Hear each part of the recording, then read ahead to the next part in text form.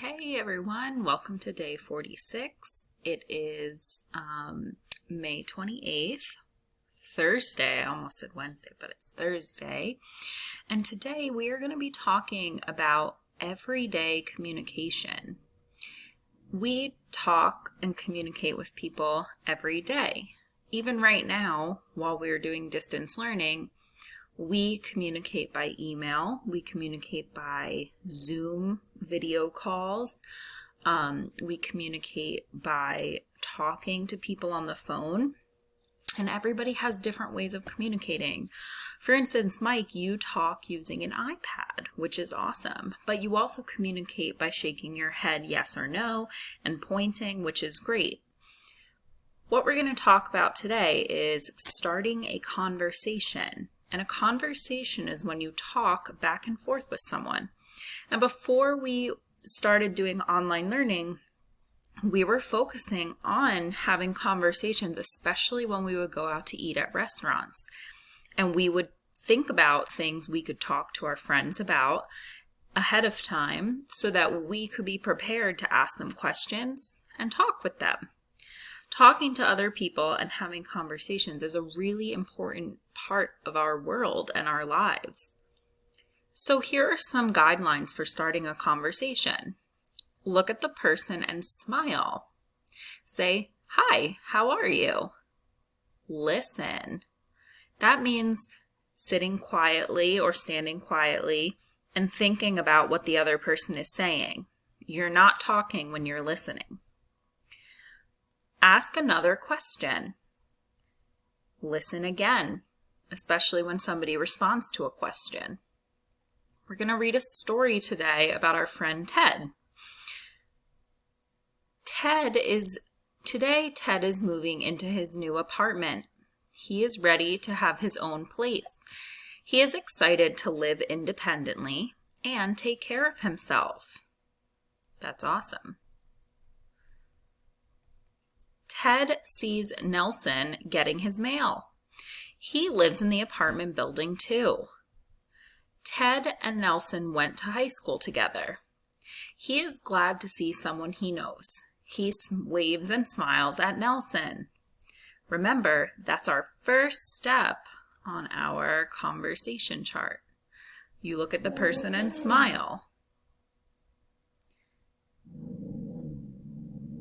Uh-oh, Kirby's making noise. Kirby! No. Ted smiles and says, "Hi, Nelson, how are you?" Ned smiles back. "I'm great. How are you, Ted?" So you can see they did the next step. They asked each other questions and listened to the answers. Ted says he is good. He tells Nelson that he just moved into the building. Nelson listens as Ted tells him about moving. So that's important. See, one person's listening and one person is talking. That's really what you want to do when you have a conversation. Nelson tells Ted that he lives in the apartment building. Whoops. Let me get this the right size. Okay. Nelson tells Ted that he lives in the apartment building with Terrence. Terrence went to school with Ted too. Ted listens to Nelson. He is glad to know his old classmates live there too. So when you listen to somebody, you're getting information that's important. Ted tells Nelson that he is glad they will be neighbors. He asks Nelson if he wants to watch the basketball game with him next Friday. Nelson says, "Sure." So look, they made a plan. Nelson tells Ted his phone number. Ted tells Nelson his phone number.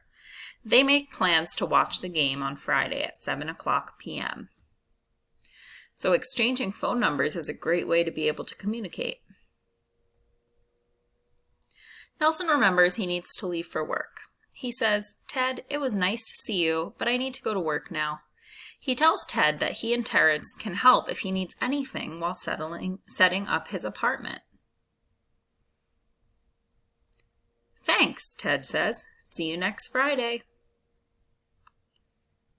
Ted goes back to his apartment. he is glad he was able to talk to Nelson. He is happy to know some people in his apartment building.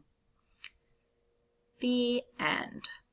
So as you can see, Ted and Nelson had a great conversation.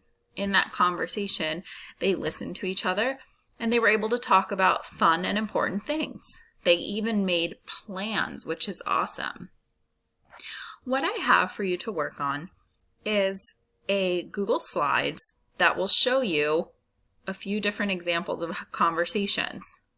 So you see your friend from school at the grocery store. What should you do? Smile and say hi, or walk away to go home. Next, you're going to be having a conversation with your friend. Your friend says, "Hey, how are you?" What should you say to your friend? You're going to type your response in the blue message box. After you do that, we have another scenario. Your friend says, "I'm doing well, thanks for asking." What is a question you could ask your friend? This can really be anything that you think your friend would want to talk about.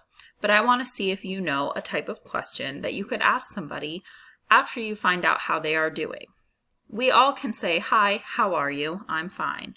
But let's get a little deeper than that. Let's talk about a question that you could ask somebody, specifically a friend, and see what their answer is. Finally, what should you do when your friend is talking? After you ask them a question, it's important to know what their response is. Should you talk while your friend is talking, listen to what your friend is saying, or ask questions and interrupt while your friend is talking? Please complete this Google Slides and see how you do with this. And remember, if you ever forget about how to have a good conversation, you have this chart to remind you of all of the steps you can do.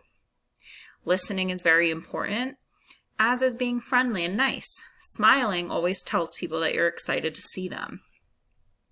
Alrighty, I hope you have a good day, and I'll see you tomorrow. Bye.